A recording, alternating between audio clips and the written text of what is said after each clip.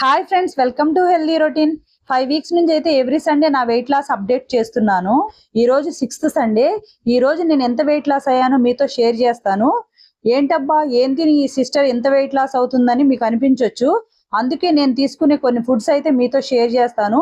మీ weight loss లో గానీ, మీ healthy family routine లో గానీ మీకు హెల్ప్ అవ్వచ్చు కదా. ఈ వీక్ వెయిట్ లాస్ మీల్ లో నేను బ్రౌన్ బాస్మతి రైస్ తో బిర్యానీ కూడా చేసుకొని తిన్నాను. వెయిట్ లాస్ లో మనకి ఇష్టమైన ఫుడ్స్ అన్ని హెల్దీ వేలో కుక్ చేసుకుని తింటే వెయిట్ లాస్ తర్వాత కూడా ఓవర్ క్రేవింగ్స్ ఉండవు.